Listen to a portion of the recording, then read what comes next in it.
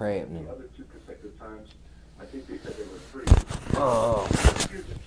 I know this ain't a usual topic that I mean, I'm no expert in this topic, but the black-eyed children. I've read about this before in a book. They say this book is it's fiction. It's stolen, or it's not stolen, but it's allegorical. And it's a book called Hiawatha and its original legends, and it has a story in it about,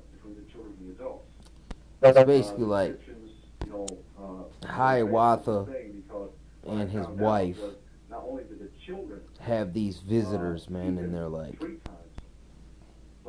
they're strange. See, Indians back in the day, you act like Indians would just smoke you, cut your head off, and take your scalp, and eat your body, and boil your bones, and drink your blood.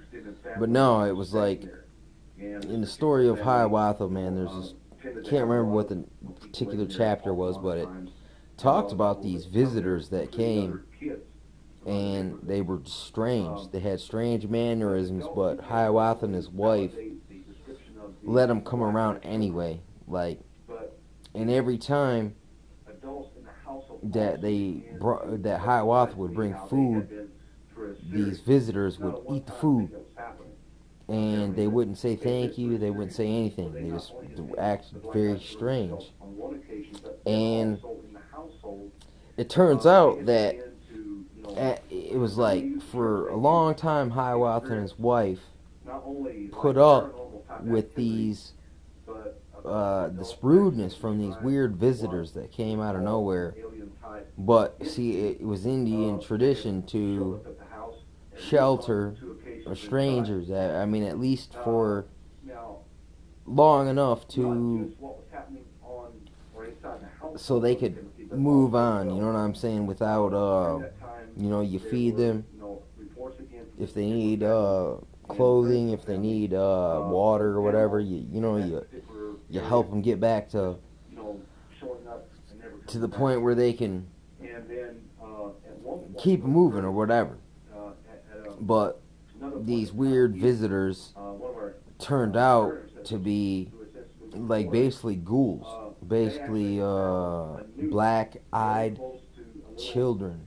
But the black-eyed children, at the end of this event, they were like, look, see, God sent us here to see if you were charitable or not.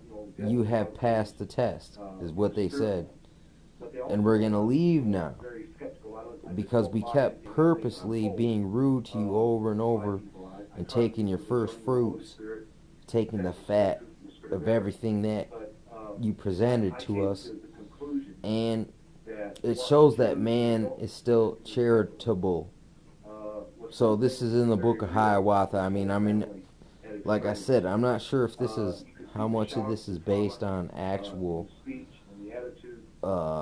historical, or how much it's mythological legend, or how much Longfellow, where he got inspiration to write the story. I don't really know where he got it from, because I wasn't around in the 1800s or the early 1900s. You know what I'm saying? So I really don't know, but I'll still take the story into consideration. And with the newer alien hybrid children, the black-eyed children that Leigh Marzulli and others talk about. Look, the book, or it's called Hiawatha and its original legends. It talks about a black-eyed entity situation, and it basically, in that book, it said that it was a test from the Great Spirit, or the supernatural spiritual realm, that it was a test that was sent to them to see how charitable man was. And everything I hear about the black-eyed children is that people get so scared they're non-charitable to these kids. Not to say that it's the same exact entities that was in the story of Hiawatha. I'm not sure if this was allegorical, made up, superstition, or whatnot. But I still will take note about what I read and what I'm hearing now. And I'm telling you, look, if you want to know about black-eyed children, listen to L.A. Marzulli. But if you want to hear about ancient black-eyed children, potentially, it's in Hiawatha's Original Legends by Henry Longfellow. Henry Wadsworth Longfellow. I really like that book, but I've heard, and from what I've seen, it is kind of intermingled with some Viking legends. From what I've been entertained to about the Viking legends, it seems like maybe Longfellow did mix multiple tales into one book, but it doesn't mean that it was all Viking or it was all like people think that Hiawatha was from the Iroquois, but why is northern Michigan, there's Hiawatha National Forest?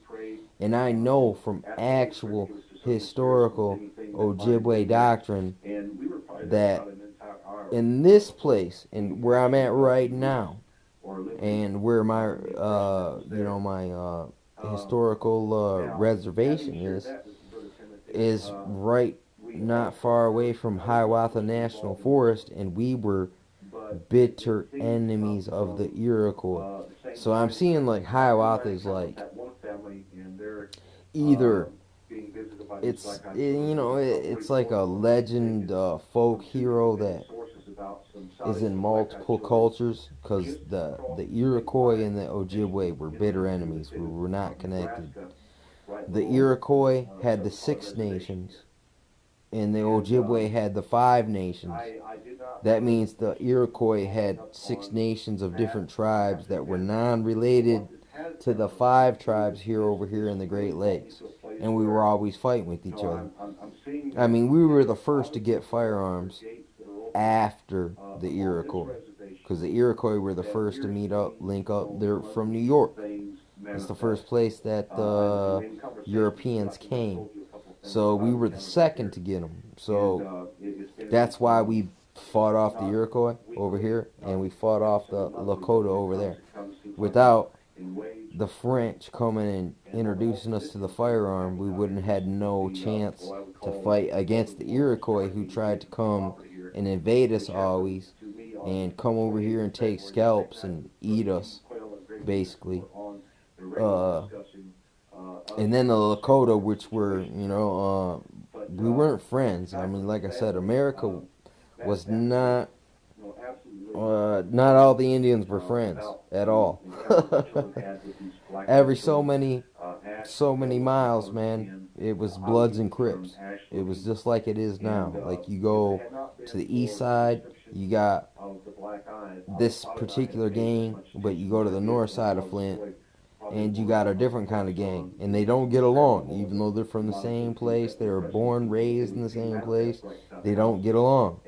Same way it was with the Indians. But what I'm saying is in that book, it described a black-eyed child situation, and it said in it that it was a test from the spirit realm to see if man was still charitable. And in that story, it said, since they tolerated the offenses of the black-eyed children, that it was good. It was a good thing. So I'm not I'm not too sure if it's related or partially related or not related at all, or if it's just fictionalized or whatnot. But something to take it note of, consideration of, and I don't know. Just take it into consideration, look into it, see if there is any correlation.